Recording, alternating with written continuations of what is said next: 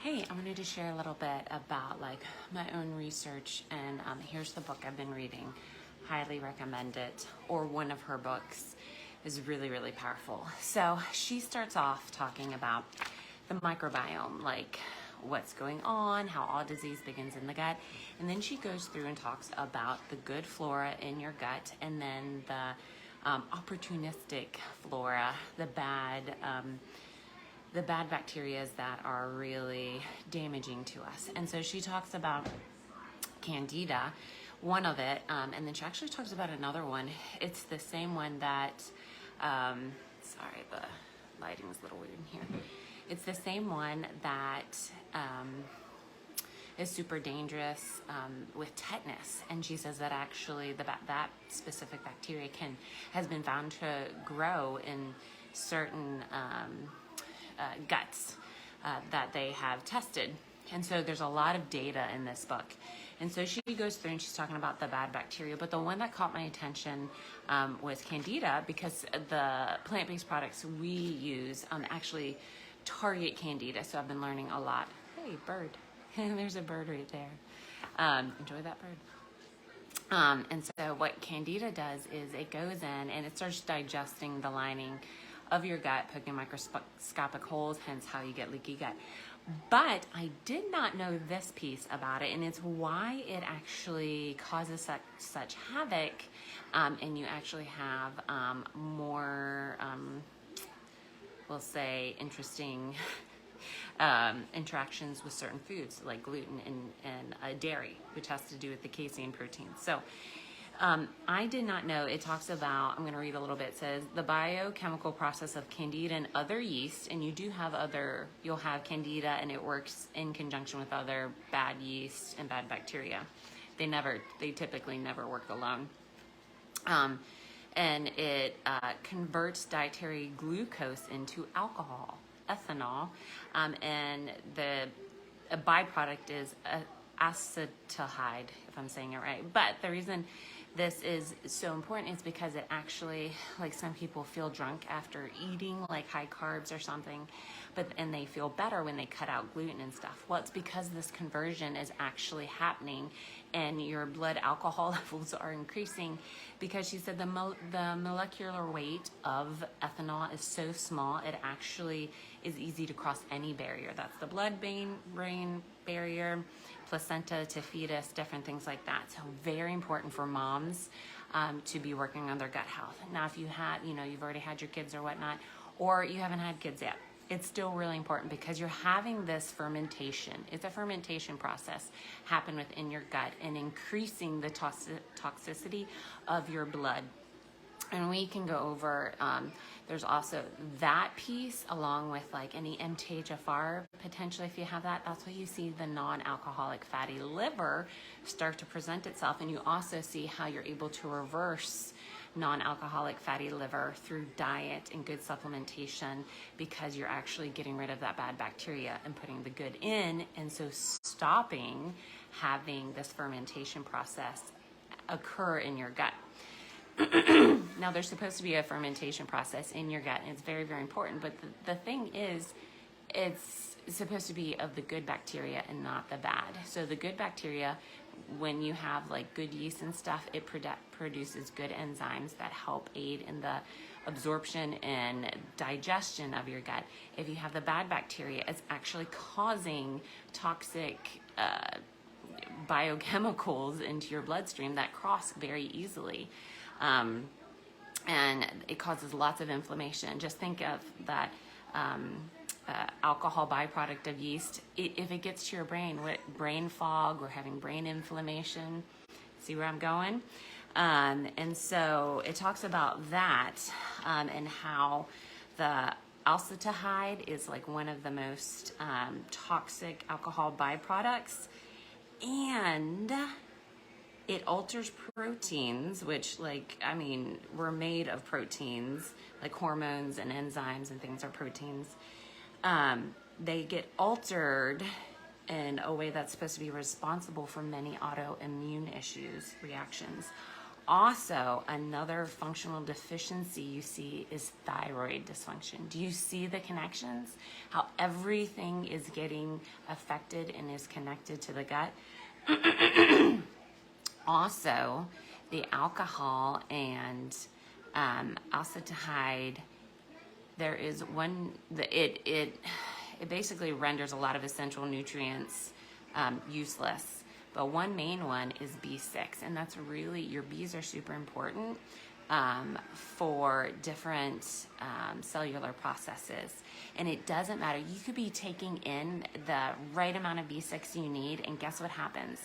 These two that are being released into the bloodstream from the overgrown yeast, it is now rendering the vitamins and stuff you're putting in your body not helping. It's actually neutralizing it.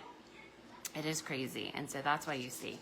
So let's go to real quick, and I know I'm giving you a science science lesson, but I want you to know, because this has been so eye-opening, and why we have, with my 8-year-old, put her up to 4, which is like a high adult dose of the probiotic, the Probio 5 that we use, because it targets the candida and gets it out of your body. And the system, the triplex, actually gets the yeast out of your bloodstream and helps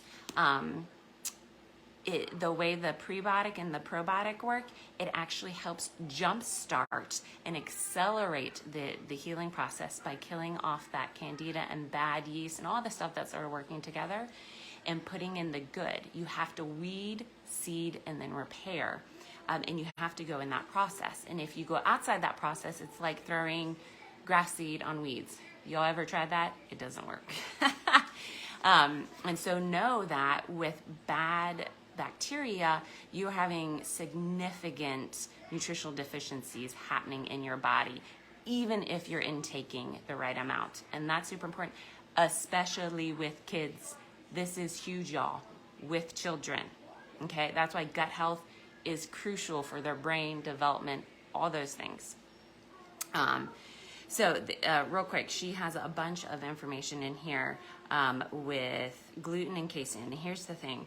I'm going to read it to you. So gluten is a protein present in grains, and she gives examples. Casein is a milk protein in all milk products. And so when you have too much of the candida and bad bacteria, the proteins do not get digested properly and turn into substance that are similar to chemical structures to opiates, as morphine and heroin. And she names, there's a lot of research by Doan, Rechtot, Shattuck, Cade, other people who have done research on this. And so it talks about how it affects the autism, dyslexia, ADD, HDA, depression, schizophrenia, learning disability, anxiety, so many different things that it affects, because these chemical processes are going on. And the reason I'm taking some time to do this is because it's so powerful of how it affects the brain.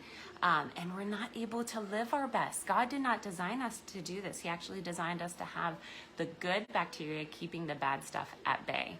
And so she goes and talks about just how they actually turn into an opiate-like structure. So think about sugar addiction. I want you to think about that. That is food for the yeast. And so when you have this chemical processing happening in the gut, have you all ever had like a kid, like after Halloween, you're trying to take them off of sugar? It gets crazy, okay?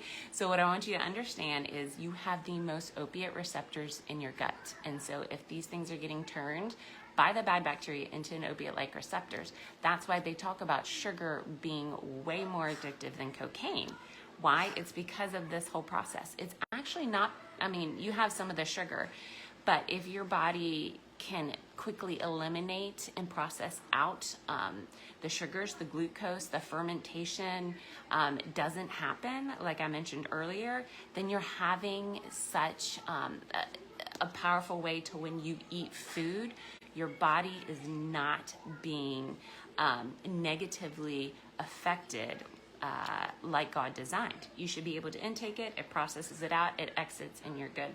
What happens is we have like 80% bad bacteria and only 20% good. And what's happening is that We are now having so much toxicity now into our bloodstream that it's causing a host of problems. So y'all, get your gut checked. If you have someone struggling with gluten or dairy issues, tag them on this film because there's help, because you actually can reverse that gut health and get it 80% good and 20% bad.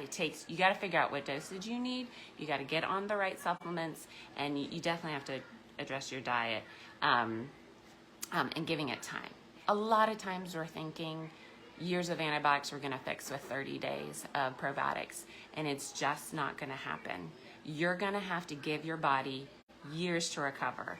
Like my 3-year-old, we had to give her 2 years. I mean, she had a massive amount of antibiotics that she was exposed to, and we had to give her body the time and work with it and support it so that it could start to heal. So I hope that makes sense. Please tag anyone this would bless, and just know the freedom that would come from that. And your body was designed to actually break down gluten and casein, dairy well. What's happening is we do not have the right formulation in our gut to do that. All right, so tag and share, and please let people know that there's hope. We just have to get to the roots. And I'm so on fire. This stuff gets me excited. And guess what it does? It reduces inflammation. So it gets rid of pain. It gets rid of the brain fog I mentioned. Hormones. Helps hormones. Okay, y'all, I'm going to start talking. I'll talk to you later. Bye.